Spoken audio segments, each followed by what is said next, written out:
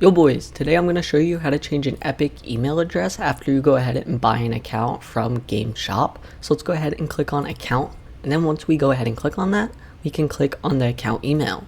After clicking that, let's go ahead and enter the email we want to put in, which is just going to be this one.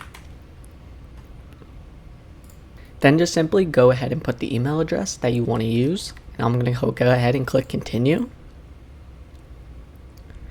Then we have to go and get the code.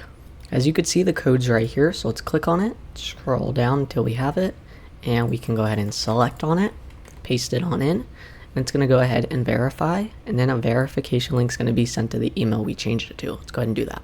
As you can see, this is the email. Let's click on it and verify your email address, and then after we do that, it should go ahead and just verify, simple and easy. Now that we logged back in, let's go ahead and grab the verification code from this account. Now we can put it in. Then click continue, and we'll go ahead and wait for it to verify.